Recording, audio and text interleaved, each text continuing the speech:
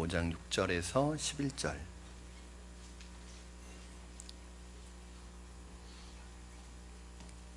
신약성경 245쪽에 있는 로마서 5장 6절에서 11절까지 말씀을 저와 여러분 한 절씩 교독하시고 11절 말씀은 합독해서 하나님의 말씀을 받겠습니다. 로마서 5장 6절입니다. 우리가 아직 연약할 때에 기약대로 그리스도께서 경건하지 않은 자를 위하여 죽으셨도다. 의인을 위하여 죽는 자가 쉽지 않고 선인을 위하여 용감히 죽는 자가 혹 있거니와 우리가 아직 죄인 되었을 때에 그리스도께서 우리를 위하여 죽으심으로 하나님께서 우리에 대한 자기의 사랑을 확증하셨느니라. 그러면 이제 우리가 그의 피로 말미암아 의롭다 하심을 받았으니 더욱 그로 말미암아 진노하심에서 구원을 받을 것이니 곧 우리가 원수 되었을 때에 그의 아들의 죽으심으로 말미암아 하나님과 화목하게 되었은즉 화목하게 된 자로서는 더욱 그의 살아나심으로 말미암아 구원을 받을 것입니다. 그뿐 아니라 이제 우리로 화목하게 하신 우리 주 예수 그리스도로 말미암아 하나님 안에서 또한 즐거워하느니라. 아멘. 고난주간이 시작되는 그 주일을 우리가 종려주일이라고 그렇게 얘기합니다. 종려주일이라는 것은 예수님께서 예루살렘에 입성하실 때 예루살렘에 입성하실 때 그 수많은 군중들이 이제 왕으로 입성하시는 예수님을 환영하기 위해서 종려나무 가지를 흔들면서 예수님을 환영합니다. 그래서 종려주일이라는 이름이 거기에서 왔습니다. 이때부터 이제 5일 후에 예수님은 십자가에 돌아가시게 됩니다. 오늘 이 종려주일에 우리는 다시 한번 예수님의 십자가를 묵상하려고 합니다. 매년 맞이하는 종려주일이지만 맞이할 때마다 우리에게 특별할 수밖에 없습니다. 일주일간의 예수님의 행적이 하나하나가 우리에게 다 의미가 있고 하나님의 구원의 계획을 이루어 가시는 그 모든 과정이기 때문에 우리에게 다시 한번 묵상할 수 있는 충분한 의미가 있다고 생각합니다. 예수님의 이 십자가의 죽음을 말하기 전에 왜 예수님의 십자가가 우리에게 필요한지부터 말씀을 드리고 싶습니다. 왜 예수님의 십자가가 우리에게 필요할까? 그것은 바로 타락한 인간에 대한 하나님의 진노하심에서부터 출발합니다. 우리는 이것을 하나님의 심판 또는 하나님의 공의라고 그렇게 얘기합니다. 공의라는 것이 무엇이냐 하면은 바로 죄에 대해서 그 죄에 대해서 죄에 적절한 걸맞는 판결을 내리는 것이 공의입니다. 즉 죄에 대해서는 그 죄가 있다는 것에 대해서 심판을 하고 판결을 내리는 것이 공의로운 거예요. 만약에 어떤 죄에 대해서 적절한 또 온전한 판결이 내려지지 않으면 그 사회는 무법천지가 됩니다. 그래서 정말 의로운 재판관은 어떤 것이냐면 어떤 그 사람의 죄에 대해서 그 죄에 대한 적당한 판결을 내리고 심판을 내려주는 것이 바로 그 사회가 의로운 사회이고 그 법이 의로운 재판이고 그 재판관이 의로운 재판관이라는 거예요. 만약에 저 사람이 죄가 있는데 어떤 사람이 그 재판을 하는 재판관이 저 사람에게 대해서 죄가 없다고 말하면 그것은 의로운 게 아니죠. 하나님께서는 바로 그런 의로운 재판관이십니다. 하나님은 의로운 재판관이시기 때문에 죄에 대해서 없다고 말할 수가 없고 그 죄에 대해서는 반드시 심판하시는 하나님이세요. 어떤 분은 그런 말씀을 하세요. 하나님 너무 인정사정 없고 무자비한 분이 아닙니까? 하나님은 자비가 없는 분이 아닙니까? 왜 죄를 지었다고 그 사람을 심판하세요? 여러분, 이건 어떤 말이냐면 우리 사이에 아무리 범죄자가 많아도 그 범죄자들에 대해서 용서해야지 왜 판결을 내리고 그 사람들을 왜 징역을 내리고 그 사람들에게 왜 죄를 내리느냐, 이렇게 말하는 것과 똑같아요.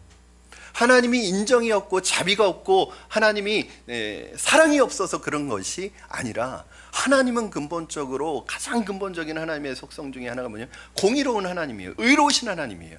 죄에 대해서는 죄를 있다고 말하고 그 죄에 대한 심판을 하는 것이 의로운 재판관입니다. 그 무자비한 것과 사랑이 없는 것과는 다른 거예요.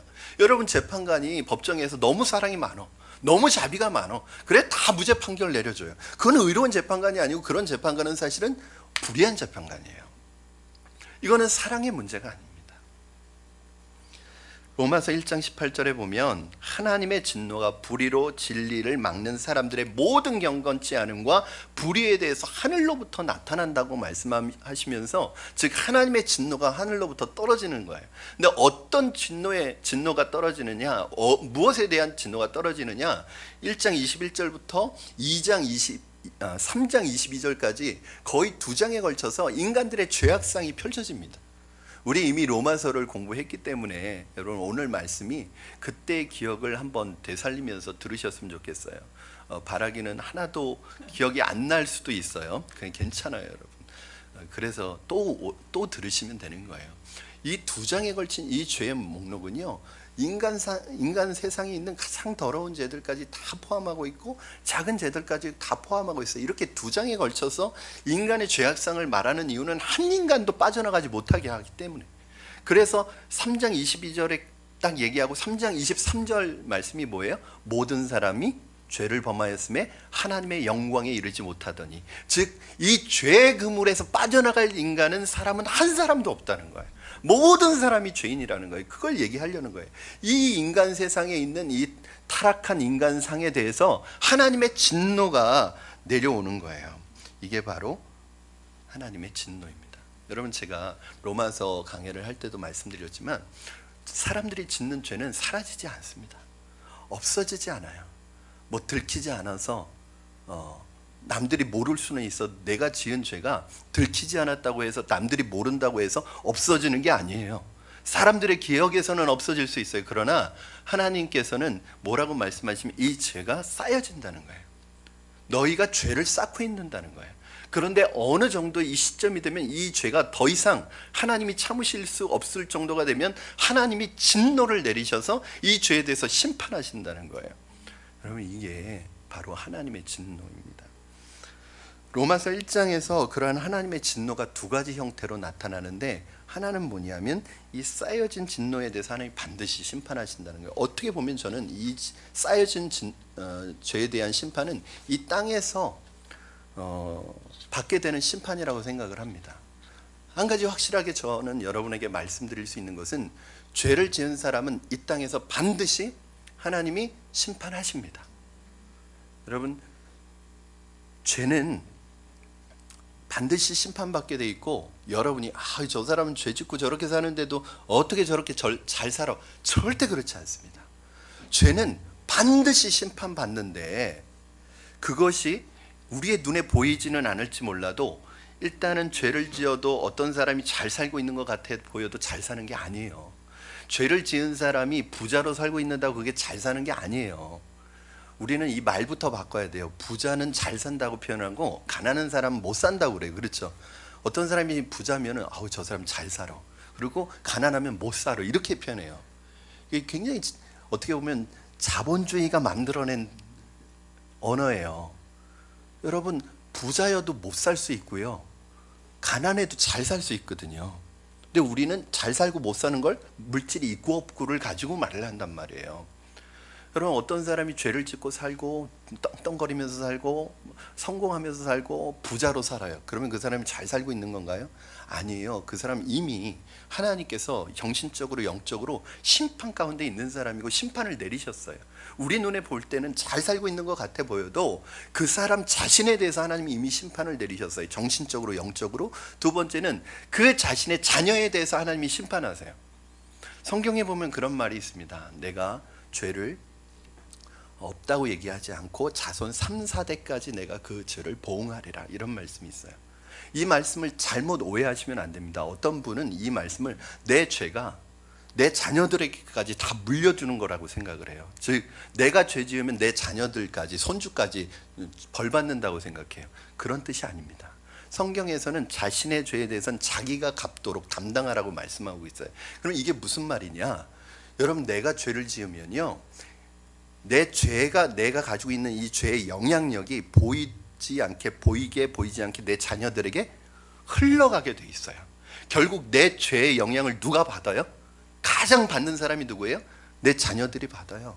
내 아내가 받아요. 내 남편이 받아요. 내 손주가 받게 돼 있어요. 그럼 보세요. TV를 보세요. 잘 사는 게 행복한 거예요? 죄의 영향력을 오히려 아버지 때보다 더 크게 받잖아요. 다른 말로 하면 여러분, 내 죄는 나 하나에게 머물러 있지 않고 내 자녀들에게 내가 너 죄 지어라 라고 말하지 않아도 내 죄의 영향력이 자녀들에게 보이지 않게 흘러간단 말이에요. 그래서 그 자녀는 어떤 면에서는 나보다 더 죄인이 될 수도 있어요. 왜 그러냐 하면 자손 3, 4대가 무슨 뜻이냐면 예전에는 그 3, 4대가 집안에 모여 살았거든요. 그러니까 죄가 미칠 수 있는 바운더리예요. 자손 3, 4대. 즉 내가 죄를 지으면 내 아들, 손자까지 벌을 받는다는 뜻이 아니라 이 죄에 대한 영향력이 그 자손에게, 내 가족에게 전체적으로 흘러가서 그들도 죄의 영향력 아래 놓이게 된다는 거예요. 물론 부모가 죄를 지을지라도 어떤 자녀는 이걸 끊어버리는 자녀가 있어요. 예수 안에서 끊어버리는 자녀가 있어요. 그걸 거부하는 자녀가 있어요. 그런데 대부분 그렇게 하기가 쉽지 않아요. 어떤 면에서는 지금 당장 나에게 눈에 보이는 심판이 아니어도 내 자녀가 그 심판의 영향력 안에 들어오고 또 내가 결국에는 하나님 이 땅에서 심판을 받게 하세요. 여러분, 그나마 이 땅에서 우리의 죄에 대해서 심판이 눈에 보이게 나타나는 것은 하나님의 은혜입니다. 이게 있어야지 그래도 이 땅에 살아있는 동안 하나님께 돌아올 기회가 있어요. 저는 우리 성도님들이 삶에서 만나는 시련과 아픔을 경험할 때 한편으로는 그것이 굉장히 마음이 아프지만 또 한편으로는 그것이 하나님의 은혜라는 걸 알아요. 왜냐하면 그것이 없으면 하나님께 돌아오지 않아요. 그것이 없으면 하나님께 생각하지 않아요. 그것이 없으면 하나님의 은혜를 기억하지 않고 내 삶이 잘못됐다라는 것을 몰라요. 사실은 가장 두 번째 하나님의 진노의 형태가 어떻게 나타나느냐, 이게 진짜 무서운 거예요. 오늘 본문에 보니까 내버려 두신대요. 내버려 두사. 자, 우리 로마서 1장 24절 말씀 한번 같이 읽어보겠습니다. 시작. 그러므로 하나님께서 그들을 마음의 정욕대로 더러움에 내버려 두사 그들의 몸을 서로 욕되게 하게 하셨으니, 이 정욕대로 더러움에 내버려 두셔서 그들의 몸이 서로 욕되게 하셨으니, 이건 느낌을 봐도 이것은 어떤 성적인 타락인 것을 짐작할 수 있죠. 26절 말씀 같이 읽겠습니다. 시작. 이 때문에 하나님께서 그들을 부끄러운 욕심에 내버려 두셨으니 곧 그들의 여자들도 순리대로 쓸 것을 바꾸어 영리로 쓰며, 여자가 순리대로 쓸 것을 바꾸고 영리로 쓴다는 건 이건 동성애에 대한 부분이겠죠. 28절 말씀 같이 읽겠습니다. 또한 그들이 마음에 하나님 두기를 싫어하며 하나님께서 그들을 그 상실한 마음대로 내버려 두사 합당하지 못한 일을 하게 하셨으니. 아멘. 여러분, 24절, 26절, 28절에 반복돼서 나오는 단어가 무엇입니까? 내버려 두사. 이것을 통해서 우리가 알 수 있는 것은 하나님의 진노 중에 진노, 가장 무서운 진노는 뭐예요? 내버려 두시는 거예요. 이스라엘이 가장 영적으로 어두웠던 시대의 공통점은 뭐예요? 그들의 소견에 옳은 대로 행하게 내버려 두셨어요. 그래도 하나님께서 이 땅에 있을 때 진노하시고 심판하시는 것은 그래도 희망이 있습니다. 그러나 하나님께서 아예 내버려 두신다, 그냥 죄를 짓도록 내버려 두신다, 그러면 그 사람이 상태가 어떤 거냐면 브레이크 없이 계속 전진하는 거예요. 계속 가는 거예요. 내가 잘못된 것도 모르고 계속 가는 거예요. 때로는 내가 잘못된 걸 알면서도 계속 가는 거예요. 브레이크 없이 계속 가니까 이 사람이 어디까지 가겠어요? 끝까지 가겠죠. 어디가 끝이에요? 지옥까지 가겠죠. 여러분, 하나님께서 우리가 이 땅에 있을 때 브레이크를 걸어주시고 멈추게 해주시고 어떤 상황과 환경을 통해서 주님을 돌아보게 하시는 건 큰 은혜입니다. 내가 잘못 가고 있을 때, 내가 하나님을 떠나 있을 때, 내가 죄 가운데 있을 때 바로 사인이 와서 하나님께 돌아오게 하고 회개하게 하고 주님을 섬기는 자리로 돌아오는 것은 감사한 일입니다. 사랑하는 여러분, 하나님의 말씀을 떠나 있을 때 하나님이 나를 가만히 내버려 두지 않으시고 고난과 시련을 통해서라도 부르시는 것은 하나님의 은혜라는 것을 기억하시기 바랍니다. 왜 그래요? 돌이킬 수 있는 기회가 있는 거예요. 히브리서 12장 8절 말씀 여러분 한번 같이 읽겠습니다. 시작.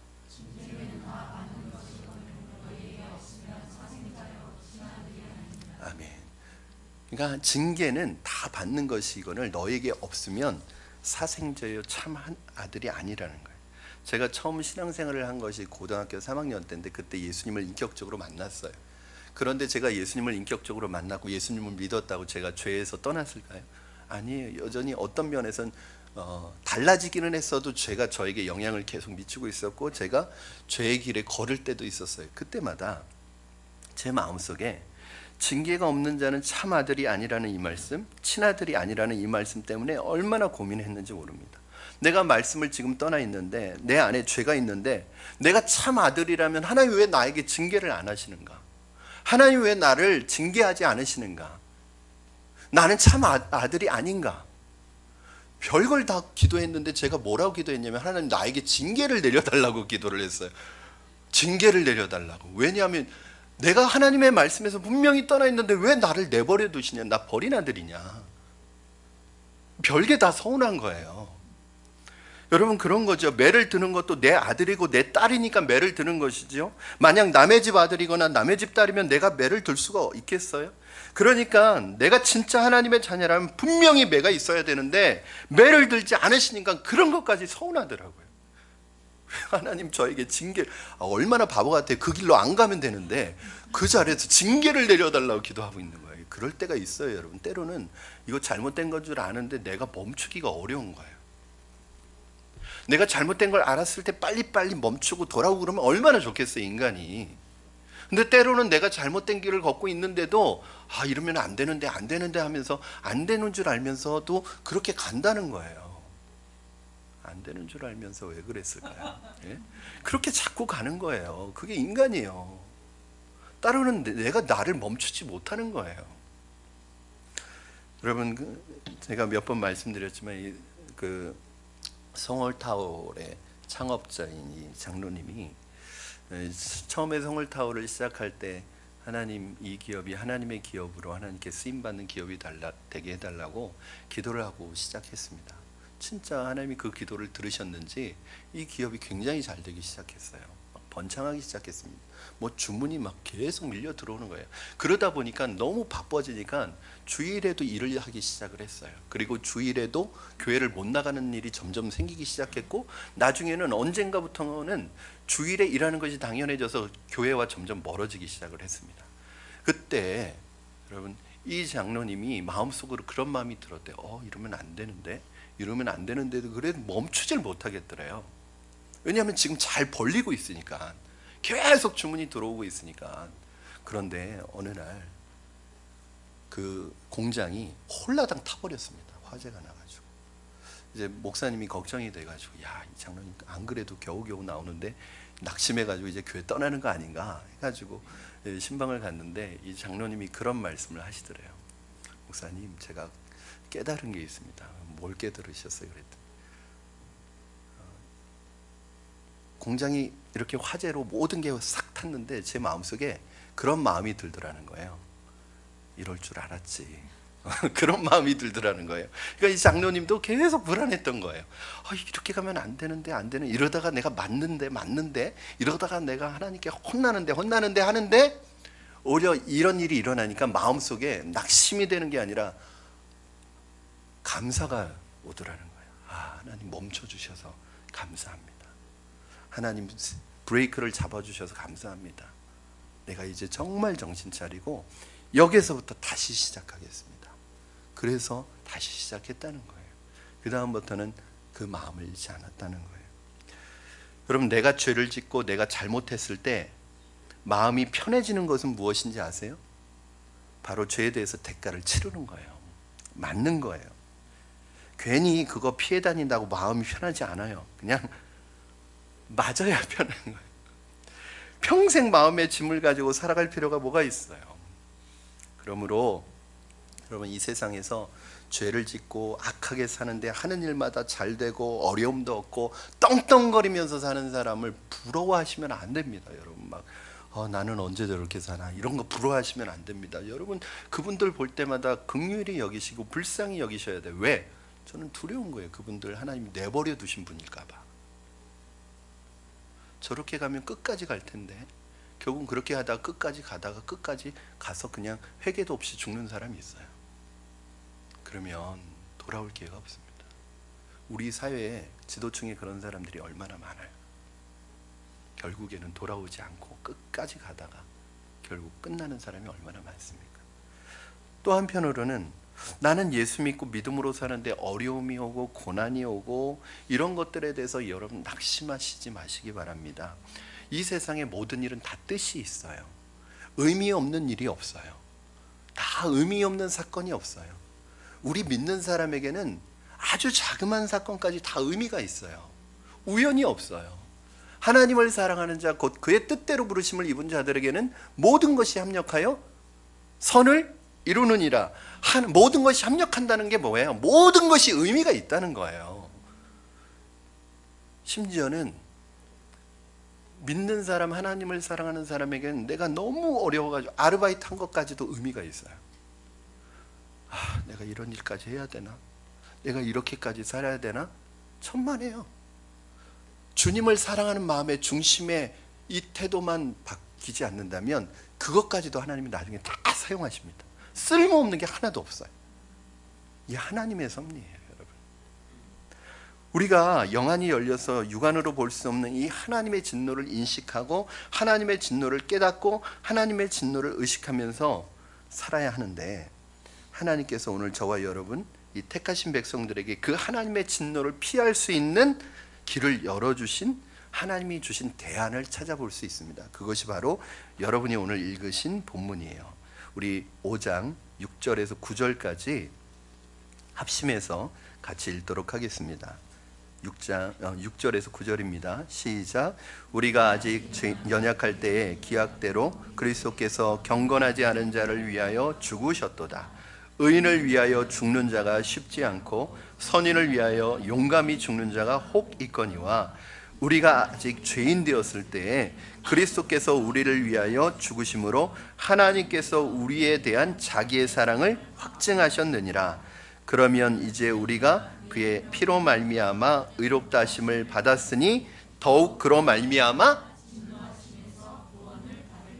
어디에서요? 진노하심에서 구원을 받을 것이니, 그 하나님, 죄에 대해서 하늘로부터 떨어지는 이 하나님의 진노하심에서 우리를 구원하시는 방법, 그 길은 무엇이에요? 대안은 무엇이에요? 바로 예수 그리스도의 십자가라는 사실입니다. 그 십자가를 통하여 예수님께서는 우리의 범죄함으로 인하여 받아야 했던 하나님의 진노하심을 예수님이 십자가상에서 다 부음받으신 거예요. 여러분, 한 사람이 자기가 지은 죄에 대해서 하나님의 진노를 받는 것도 사실은 그 사람이 감당할 수 없는 일이에요. 그런데 예수님은 십자가에서 한 사람의 죄가 아니라 모든 사람의 죄에 대한 진노를 한꺼번에 받으셨어요. 예수님이 십자가에서 느꼈던 고통은 어떤 고통일까요, 여러분? 예수님은 왜 겟세마네 동산에서 잡히시기 전날 밤 그렇게 땀방울이 핏방울이 되도록 기도하셨을까요? 왜 예수님은 그렇게 이 잔을 내게서 옮겨달라고, 그렇게 할 수만 있다면 이 십자가를 지지 않게 해달라고 그렇게 기도하셨을까요? 못이 찔릴까 봐 무서워서? 이 가시면류관이 머리를 찌르는 것이 두려워서? 아니에요. 예수님이 십자가에서 당하셔야 했던 고통은 어떤 고통이냐면 모든 사람의 죄에 대한 하나님의 진노를 온 몸과 온 영혼으로 다 받으셔야 되는데, 이때 예수님은 하나님과 관계가 깨져버립니다. 왜? 죄인이기 때문에. 그리고 아버지와 아들로서의 관계가 깨져버립니다. 예수님이 십자가상에서는 하나님을 아버지라고 못 불러요. 엘리 엘리 라마 사막다니, 나의 하나님 어찌하여 나를 버리셨나이까. 예수님이 하나님을 아버지라고 안 부르고 하나님이라고 불러요. 왜요? 지금 예수님은 하나님의 아들로서 십자가에 못 박혀 있는 게 아니라 죄인으로서 못 박혀 있는 것이기 때문에 하나님을 아버지라고 부를 수 없어요. 이게 예수님에게는 가장 큰 고통이에요. 창세 그 전부터, 이미 영원 전부터 영원까지 아버지 하나님과 성자 예수님은 늘 함께 계셨어요. 뗄래야 뗄 수가 없는 분이세요. 그런데 십자가상에서 처음으로 하나님으로부터 버림받은 거예요. 처음으로 하나님으로부터 떼어진 거예요. 이 영적인 죽음, 이 영적인 고통이 예수님에겐 가장 큰 고통이었어요. 이것 때문에 주님이 그토록 이 잔을 내게서 옮겨달라고 기도하신 거예요. 예수님 십자가에 못 박히는 거, 그걸 두려워하신 것이 아니라 버림받은 거예요. 버림받는 걸 선택하신 거예요. 왜요? 저와 여러분을 하나님의 진노로부터 구원하시기 위해서, 우리가 받아야 될 그 진노를 대신 받으시기 위해서 이 길을 선택하신 것입니다. 사랑하는 여러분, 십자가는 하나님의 진노에서 벗어날 수 있는 유일한 대안입니다. 하나님께서 예수 그리스도의 십자가 외에 다른 방법을 우리에게 주신 일이 없습니다. 십자가의 길 말고 다른 구원의 길이 없습니다. 예수님은 십자가에서 인간적으로, 정신적으로, 영적으로 모든 사람의 모든 죄를 온전히 뒤집어 쓰시고 가장 고통스러운 방법으로 죽으셨습니다. 이것이 역사적인 사실입니다. 이 세상에 그 누가 우리를 대신해서 이렇게 죽으실 수 있으며, 누가 이렇게 죽으셨습니까? 아무도 없습니다. 왜 십자가만이 유일한 길입니까?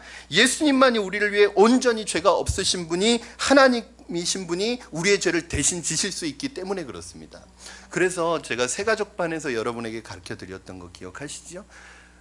예수님이 우리의 구원자가 되실 수밖에 없는 이유가 있어요. 구원자가 되기 위한 조건이 있어요. 그게 뭐냐면 하나님이시면서 동시에 인간이어야 돼요. 이 두 가지 조건이 부합되지 않으면 누구도 구원자가 될 수 없어요.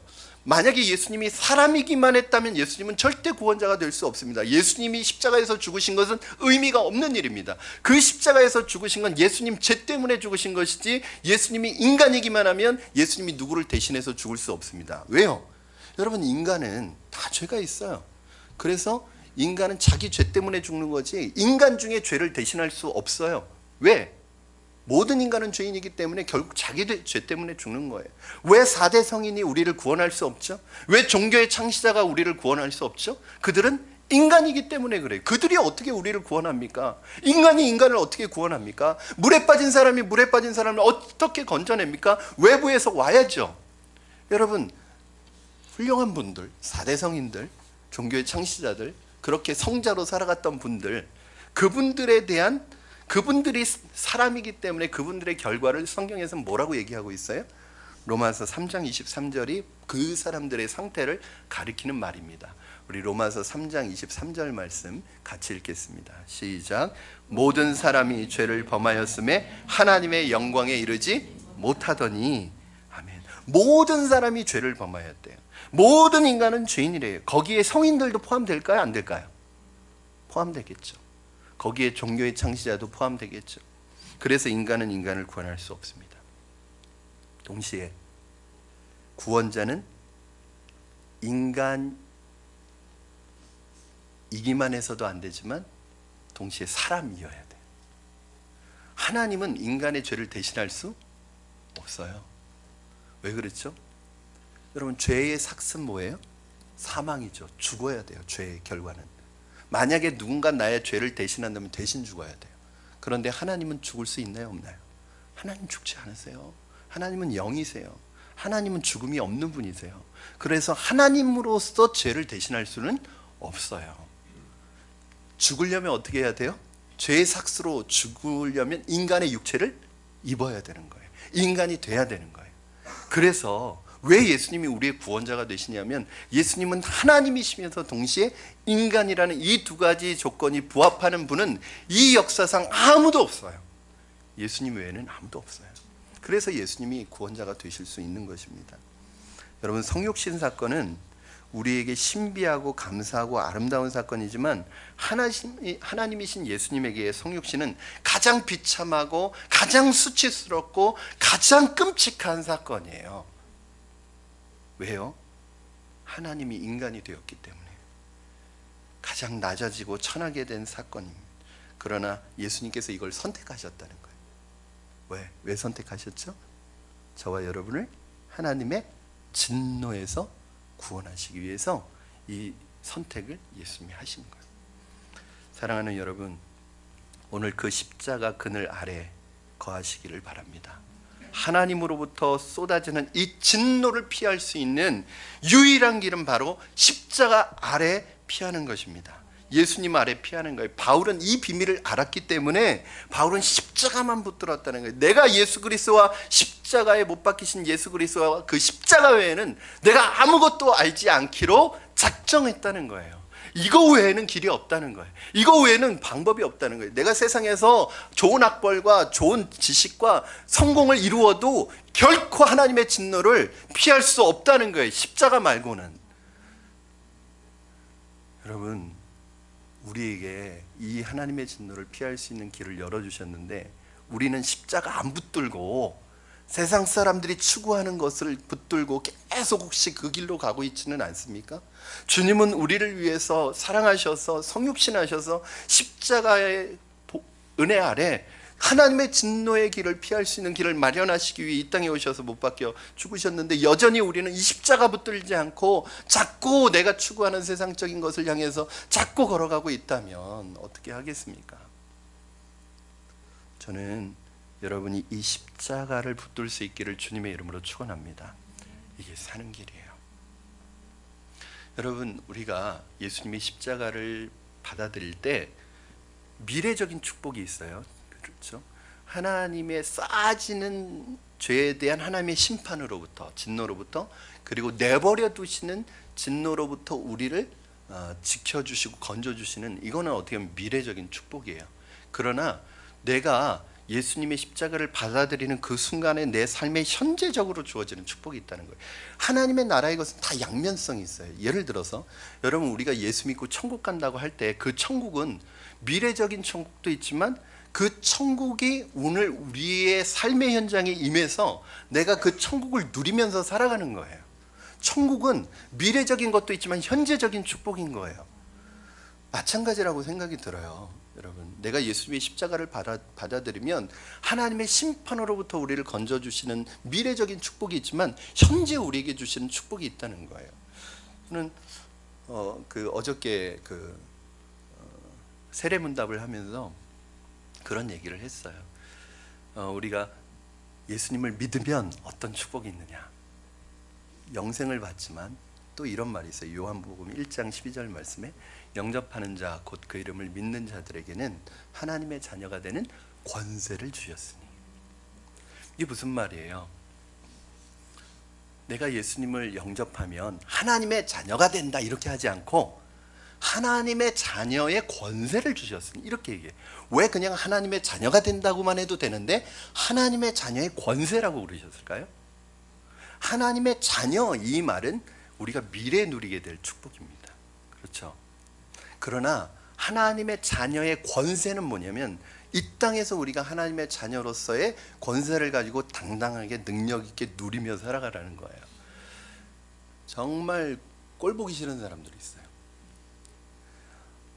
자기 아버지가 장관만 돼도, 자기 아버지가 기업의 사장만 돼도 힘주고 다녀요. 목에 힘주고 다녀요. 지들이 사장인 것처럼, 지들이 장관인 것처럼. 만약에 아버지가 대통령만 돼도 목이 막 어깨가 올라가고 목이 힘이 들어갈 거예요. 여러분, 세상 사람들은요, 자기 아버지가 작은 기업의 사장만 돼도 그렇게 힘주고 다녀요. 그렇게 자기 목에 힘 들어가요. 여러분, 그런데 우리는 누구예요? 우리는 천지를 창조하시는 하나님 아버지가 우리의 아버지예요. 우리는 그분의 자녀예요. 우리는 절대로 이 하나님 아들의 자녀의 권세를 천국 가서 누리라는 게 아니에요.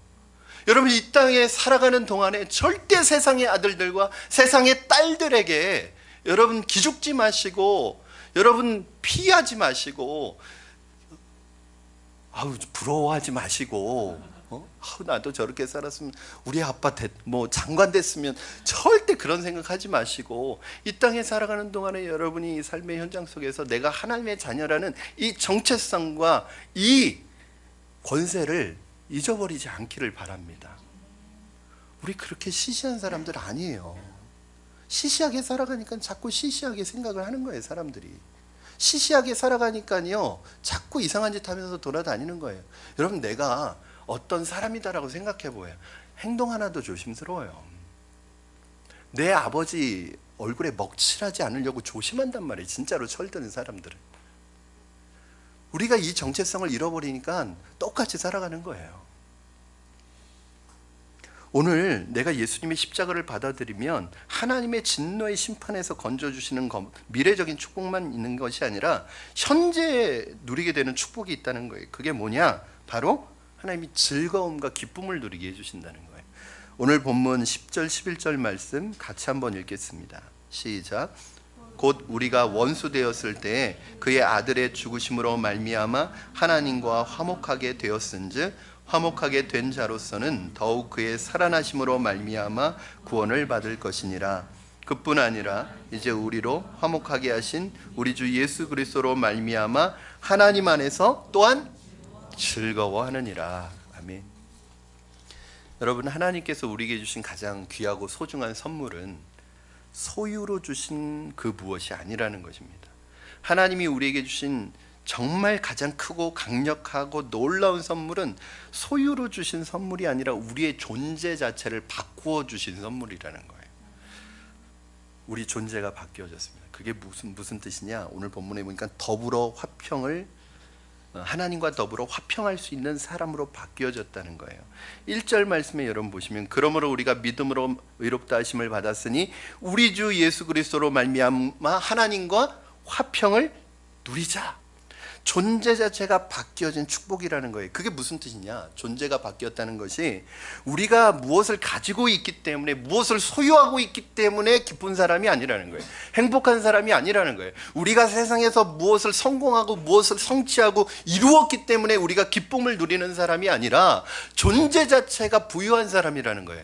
이미 여러분은 세상에서 무엇을 이루지 않았어도, 성공하지 않았어도 여러분 존재 자체가 귀한 사람이라는 거예요. 다른 말로 하면 우리가 존재가 바뀌었다는 것은 어떤 뜻이냐면 우리가 기뻐하는 내용도 바뀌었다는 거예요. 자, 우리 성경 한 구절 읽어보겠습니다. 고린도후서 5장 17절 같이 읽겠습니다. 시작. 그런즉 누구든지 그리스도 안에 있으면 새로운 피조물이라. 이전 것은 지나갔으니 보라 새 것이 되었도다. 아멘. 새로운 피조물이 되었다. 이 말은 존재가 바뀌었다. 존재가 달라졌다. 그래서 이제 내가 가진 소유로 즐거워하는 인생이 아니라 존재가 달라짐으로 기뻐하는 인생, 하나님과 더불어 화평을 누리는 것, 10절에 나오는 하나님과 원수 되었던 자리에서 하나님과 화평을 누리는 자리로 우리의 자리가, 우리의 존재가 바뀌어진 것입니다. 그렇기 때문에 이제 우리가 즐거워하는 이유도 달라져야 된다는 거예요. 내가 뭘 가지고 있어서 즐겁고 세상 사람들이 추구하는 기쁨이 있어요. 많이 가지고 많이 누리고 많이 즐기고 남들보다 떵떵거리면서 살아야 되고 세상 사람들이 추구하는 기쁨이 있단 말이에요. 그거 제가 다 말씀드리지 않아도 여러분 이렇게 순간적으로 생각해도 많이 떠오르실 거예요. 그런데 우리 그것 때문에 혹시 즐거워하기도 하고 낙심하기도 하고 그러지 않습니까? 그거 있어서 좋아하다가 그거 없으면 낙심되지 않습니까? 그것 때문에 해피해졌다가 그것 없어지면 또 막 땅까지 꺼지고 그러지 않습니까? 여러분, 우린 존재가 바뀌었어요. 우리의 기쁨은 이제 그것이 아니에요. 여러분 존재 자체가 하나님의 기쁨이고 부유함이고 그 바뀌어진 존재로 누리는 것이 있는데 그게 뭐냐면 하나님이 주신 기쁨이라는 거예요.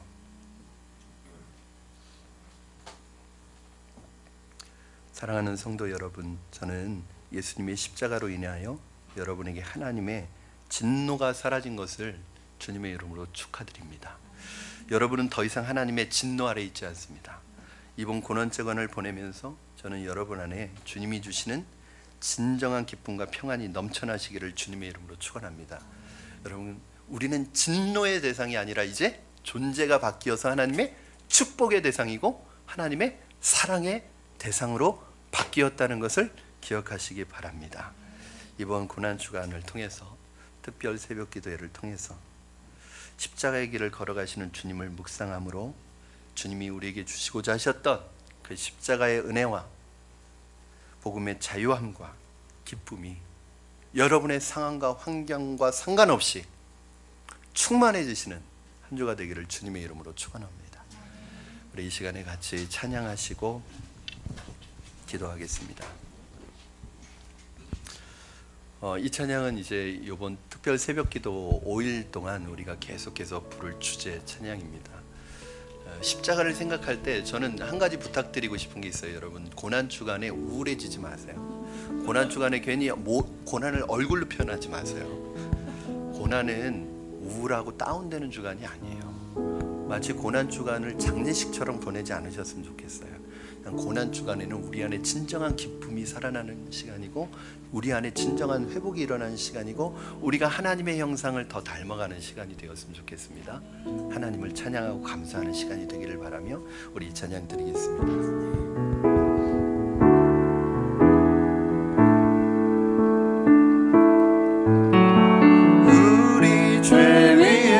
죽으신 주 십자가 그 사랑 감사네. 날마다 주의 형상대로 변화되리라. 십자가 우릴 새롭게 하네. 우리 죄 위에 죽으신 주, 우리 죄 위에 죽으신 주 십자가 그 사랑 감사네. 날마다 주의 형상대로 변화되리라.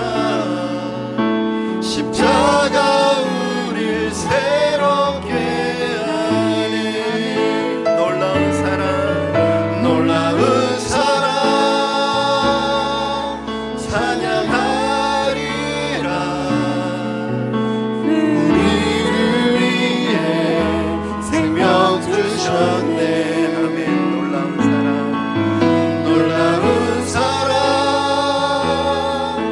찬양하리라. 십자가의 그 능력, 십자가의 그 놀라운 사랑 찬양하리라. 놀라운 사랑 찬양하리라. 우리를 위해 생명 주셨네. 아멘. 놀라운 사랑 찬양하리라. 십자가의 그 능력, 십자가의 그 능력, 십자가의 그 능력.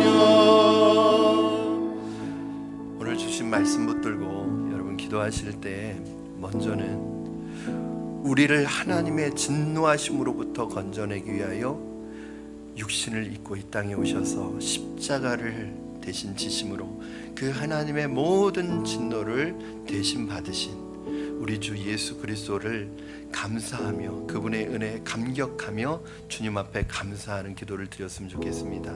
그러면서 다시 한번 우리 안에 주님, 존재가 바뀌어졌고 존재가 달라졌는데 그 바뀌어진 존재에 합당한 삶을 살아가게 하여 주시옵소서.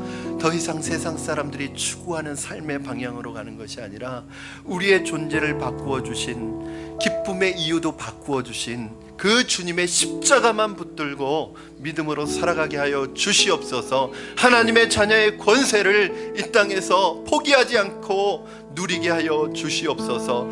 이 땅 가운데 예수 그리스도의 십자가 붙들고 당당하게 살아갈 수 있도록 하나님 앞에 기도하며 우리 결단하며 이 시간 기도하겠습니다. 살아계셔서 역사하시는 하나님 아버지 감사합니다. 이 시간 하나님 아버지 십자가의 그 능력을 붙들기를 원합니다.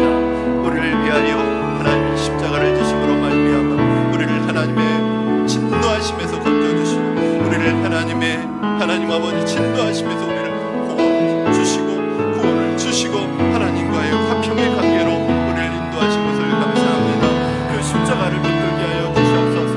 그 십자가 붙들고 믿음으로 나아갈 때 하나님 아버지 각 존재가 바뀌어진 사람의 삶을 살아가게 하여 주시고 더 이상 세상 사람들이 추구하는 잘못된 기쁨의 이유들을 쫓아가지 아니하고 오늘 나에게 주신 하나님의 권세를 누리며 아버지 하나님의 자녀의 권세를 누리며 누리며 살아가게 하여 주시옵소서. 이 시간에 믿음으로 결단하는 성도들마다 하나님의 자녀의 권세를 부어주시고 그 관계가 화평을 누리는 관계로 바뀌어지게 하여 주시고 세상이 알지 못하는 기쁨으로 바꾸어 주시옵소서. 주님, 이 시간에 우리 한 번 더 여러분 기도하실 때 우리 처음에 나누었던 말씀처럼 하나님, 이 길이 잘못된 길인 걸 알고 이 길을 하나님이 기뻐하시지 않는 길인데도 불구하고 내가 멈추지 않고 계속 그 길을 가고 있다면 하나님, 나를 멈추어 주시고 멈추게 하여 주시고 나를 내버려 두시지 말아 주시옵소서. 오늘 하나님, 내가 가던 길을 멈추고 주께로 돌이킬 수 있도록 하나님의 인생 채찍과 막대기로 나를 인도하여 주시고 나를 하나님